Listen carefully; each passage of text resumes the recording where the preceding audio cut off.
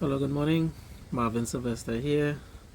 Um, where am I coming to you from today? Today I am at the very beautiful San Fernando Hill. It's a major landmark, major land formation in South Trinidad in San Fernando. And as you can see, the weather here today is it's a little cloudy. You can see it in the background, but it's sunny. Lots of breeze, not too hot, not too cool. It's a beautiful day to be out with your family here in South Trinidad. Um, Also, what are you going to do today? We're just going to cover some articles that I thought stood out to me in the last week. And before I do that, the last video that we made gathered over 100 views. It's our highest viewed video to date. And to those people who took the time to view the video and to also give me feedback directly, thank you very much. I hope that we continue to grow in views, continue to grow in likes. So for those of you who are viewing the video, thank you very much. Those of you who are sharing the videos, thank you very much. For those who are liking and subscribing, the subscribers increased, all these things. Thank you very much. I greatly appreciate it, and I do know this channel will grow. I do know we as a community will grow, and I will constantly keep trying to bring stories to you that even though they were important to me, I think they will be important to you as well. So let's get in straight into what we want to talk about this week. So this week there was an article that stood out to me, strangely enough, in the Sunday Business Express, and I was not aware of this article at the time when I was making my video last week. So let's go straight at it. So it's a Sunday Business article dated the 26th of February 2023, and the title of the article is Atlantic LNG to lay off staff. It's an article by Andrea Perez Sobers. So let's just go straight into it. Atlantic has confirmed that it is laying off staff and has already offered all employees voluntary separation employment packages to go home over the next 2 months. The VSEP comes as the company has moved from operating 4 LNG trains to 3. And even with 3, its president Ronald Adams recently admitted it is only getting enough natural gas to meet 70% of the capacity of the reduced number of trains. Now, I am not 100% sure of what the 70% capacity is, but I do know that the maximum from different articles, and we would have said it here, and I would have said it many times, the maximum production capacity is supposed to be 4.2 trillion cubic feet. I took 70% of that and it came up to 2.9 trillion cubic feet, which I would have also mentioned in previous videos. That is the current production capacity of Atlantic. So going on, it also continues a trend in the local energy sector of retrenchment of staff. Atlantic said, as recent global events have demonstrated, the LNG industry is dynamic. They use the word dynamic, I would say volatile. Continues to keep pace with peers internationally and ensure that Atlantic achieves its goal of sustaining world-class LNG operations to the benefit of Trinidad and Tobago. The comprehensive revision of the company's corporate strategy was undertaken in 2022, so certain decisions were made last year, which is now well into implementation. This necessitated a review of the organizational structure to ensure alignment to the refreshed strategy. So LNG laid off, so there's just some thoughts on it. So LNG laid off workers a couple years ago, and as I understand in this article, they are laying off more workers and they are confirming that the LNG business is dynamic. So again, I would say volatile, but from my last video, as I would have shown, we know there are a lot of ups and downs with the LNG sector right now. So there's one that goes into the next article I want to cover, and then I'll give some analysis at the end, right? This is from a media release from the National Gas Company of Trinidad and Tobago, NGC, and the subject of the media release is Energy Minister attends special NGC board meeting, right? This was on the release on the 27th of February 2023. Let's go straight into it. On February 27th, which is the day after we got the news of the layoffs, on February 27th, the Honorable Minister of Energy and Energy Industries and Minister in the Office of the Prime Minister, Stuart R. Young, MP, attended a special NGC board meeting at the company's head office in Point Lisas. Minister Young was invited to attend the special board meeting, which was convened to facilitate ongoing strategic discussions with key industry stakeholders around opportunities for strengthening national energy security, affordability, and sustainability. I'll just read that last piece again. So the meeting was to discuss opportunities with key stakeholders for strengthening national energy security, affordability, and sustainability, right? So it also continues, this visit was the minister's first since he assumed office in 2021. First. At the meeting, Minister Young and the NGC board heard separate presentations from Shell Trinidad and Tobago, Senior Vice President and Country Chair Mr. Eugene Pierre, and President of BP Trinidad and Tobago, BPTT, Mr. David Campbell, who were invited to share updates from their respective companies. So, before I do my little analysis speculation, just putting out some facts that I think generally everybody knows. We know that Atlantic LNG has 4 trains, but train 1 was shut down, so there are only 3 LNG trains operating. And according to the LNG website, just want to put some information out there. Trains 2 and 3, because train 1 shut down, so you have trains 2, 3, and 4 operating. Trains 2 and 3, the ownership of those trains is between 2 major shareholders. You have Shell owning 57.5% and BP owning 42.5%. And train 4, the ownership is between 3 entities. You have Shell, who owns 51.11%, BP 37.78%, and NGC 11.11%. So those are the 3 major shareholders for train 4. Now, keeping in mind that NGC is state-owned. So, with that being said, I want to speculate a little bit, right? A little bit, not too much. Now, I want to believe that at that meeting, they would have been, the NGC meeting, they would have been discussing the layoff of workers, as well as the current price of LNG gas at the Henry Hub, which I would have alluded to in my last video. I think at that time it was trading at approximately $2.50. Up to this morning when I checked, it was trading at approximately $3.50 per MMBTU, but which is still lower than the $6.50 which was projected for the budget. So it went from last Sunday at approximately $2.50 per MMBTU to $3. I read somewhere that there's currently a lot of cold weather in the US, which may have caused the uptick in the price. So nice one. So so just announced that the price has gone up slightly. Now, I did say in my last video that the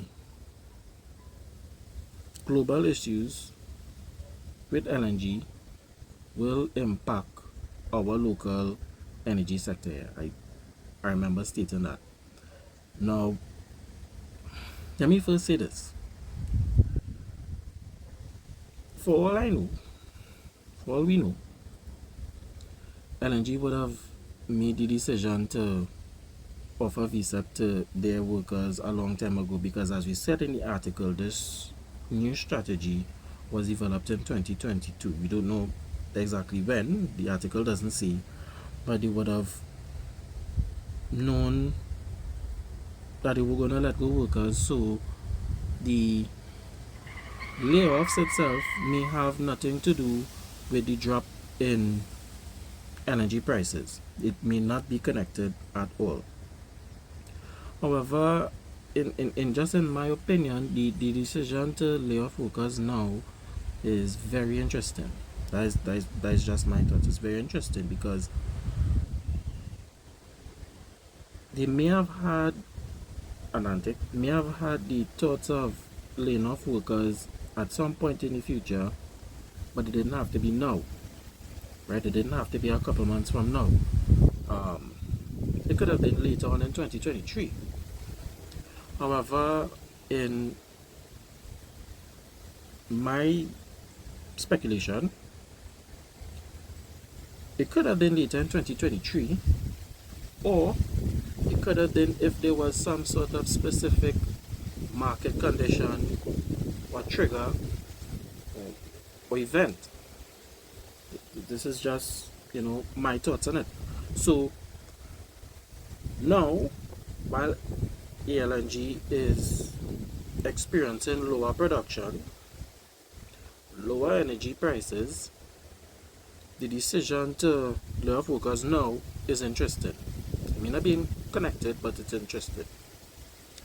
And in addition to that, immediately after we would have seen the announcement in the Sunday Business Express on the Sunday, the next day after that, we have the minister going to NGC to meet with the same stakeholders that I outlined earlier, BP, Shell, NGC, who are the main shareholders of the trains, the current operating trains at Atlantic.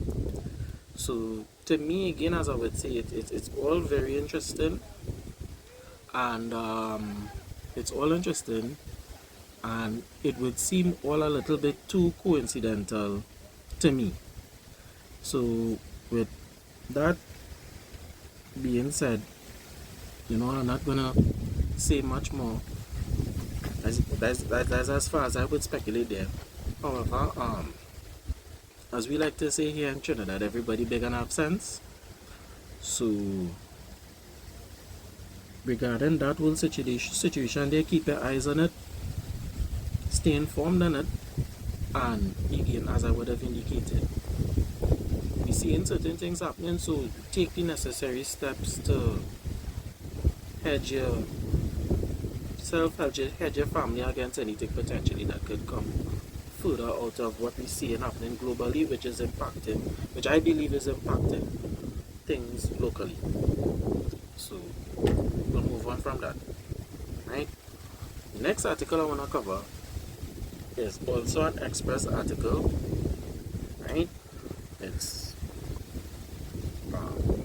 dated the 28th of February 2023, and the subject is NGC holding up multi-million-dollar investments.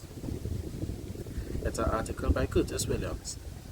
Now this article says a lot of things, but two things really stood out to me in this article. I'll just cover those two things that stood out to me. So firstly, in the article it states, it starts off with,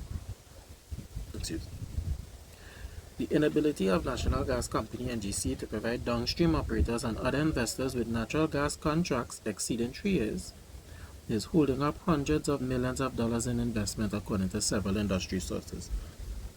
The article does not explain who these sources are, so we could always take these things with a pinch of salt if you so choose. The article goes on.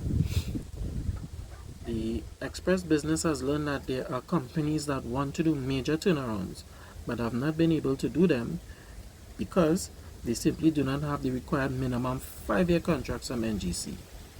5-year contracts. And they do not want to get caught in a situation like Methanex, which invested over $100 million in a turnaround and the expectation that it could get NGC gas contract, it could live it, and it never materialized, leaving the plant mothballed indefinitely. At some point in time, I might want to cover that better next situation, but let's put some thoughts out there based on just this first part of the article here. So at this point, we know that ALNG is producing less gas than it can produce its maximum producing potential, and the price is low. So I mean, I was just looking at this article and I was just thinking to myself, is it just possible that NGC does not want to overcommit at this time? I think it's possible. So they're offering maximum 3-year contracts. But why 3-year contracts? So it had me thinking, I'm just speculating, putting it out there. Is it possible that the most sure bet for LNG or new LNG reserves coming on stream, first gas, whatever you want to call it, is the Woodside Calypso gas field, which, as I would have indicated in from previous videos and articles, is expected to come on stream in 2027. Now 2027 is 4 years away, but that's probably the most sure bet, one. And two, we still have other questions regarding the Manatee and Dragon gas fields with Shell, right? So is it possible that NGC is waiting to see if the Calypso field, in terms of gas being produced, materializes, or it at least reaches a certain stage before offering long-term contracts? So it's say 3 years. Calypso is supposed to come on in 4 years, 2027. Is it that if it reaches a certain stage, that by at least 2026, somewhere in that year, they feel, they see certain things happen and they feel comfortable, yes, we're going to get more gas, so we could give people longer contracts now. And then also during that time, they might see what happening with Manatee, what happening with Dragon, and we could say, yes, we'll give people more contracts now. Because the other main point in the article that stood out to me will explain why. So the article continues. The latest project is to be stalled by NGC's inability to grant the contract of at least 5 years, until the article, is the planned restart of the Trinidad and Tobago Iron and Steel Complex at the Point Lisas Industrial Estate. Trinidad and Tobago Iron and Steel Complex. Now, this was formerly ArcelorMittal. ArcelorMittal was another organization before ArcelorMittal took it over in 1994. They ran it for several years. And then the article also states within it, at some point when they were not getting electricity and gas prices that they wanted locally, they left for different reasons. There's a whole other different story. The article continues. Proponents of the Trinidad and Tobago, TNT Iron and Steel, expect to employ between 700 and 1,000 people. Initially, it's proposed to see 250 permanent jobs being created. So, out of 1,000 jobs, 250 permanent, and a certain quantity of people to be contract. Right. The article also goes on to say this will lead to significantly more electricity being sold, with an estimated total power requirement of 240 megawatts a day, or 17% of what the entire country uses at the moment. So let me just pause right there. If this plant comes on stream, it will use almost 17% in terms of electricity, 140 megawatts of what the entire Trinidad and Tobago uses now. In order to do that, the TNTEC to be able to supply this plant, this complex, with electricity, TNTEC will need gas. and they would have to get significantly more gas to produce electricity to send to the complex. So that alone tells me, in my mind, going back to all the different things we said before, it may, I can't say justify, but it may explain why NGC it will be somewhat hesitant to give a long-term contract right now based on whatever known reserves or production or whatever it is we currently have. The article also states, obviously the plant coming on stream would help Tech with its finances, obviously, and with more electricity. It would lead to more fees being paid to National Energy for port services, and more money as well from Club Deco to collect rent, right? Because maybe at some point in time I'll get a picture to show exactly where this plant is. So just to finish off on that, I want to believe that the government is keeping a close eye on this. I want to believe it's also possible that this was also discussed in that special NGC meeting. It's possible because this as you see, there are several state entities, Tech, NGC, and Club Deco, who will all benefit from this plant coming back on stream. So again, another thing that I think we should keep an eye on, keep focused on for a bit, because obviously if this comes off, there are a lot of benefits that Trinidad and Tobago could get from it, right? Jobs, revenue, etc. And to close off, some positive news. The National Energy, I think a subsidiary of NGC or connected to NGC, they commissioned their new tug, the National Energy Resilience, this week, and they had a nice gala function of participating there in the Hyatt and whatnot, and you saw the tug maneuvering and had its water monitors running and stuff. Now I love tugs, I am a tug captain, so as well, so it was really good to see. It was really good to see that. So there are a lot of good things that would come out of, undoubtedly, of National Energy having this tug. They would be able to do more jobs that would require a tug like that. It's supposed to be one of the cleanest tugs in the country, and I think the second in the region. But the thing that I think I like the most about this particular vessel, believe it or not, is the name, National Energy Resilience. And why I like the name the most is because the word resilience itself is something that it's one of my favorite words, if you want to put it that way. Also, it also says, I think it sends a message, a very positive message in this time. National Energy Resilience is like, it's saying to you, despite everything that going on, we will overcome. We will be resilient. We will succeed. We will proceed. We will make it through. And be better. So, well done to National Energy. I really like the tug. I really like the name. And I think that would be it for now. For the stuff that stood out to me the most this week.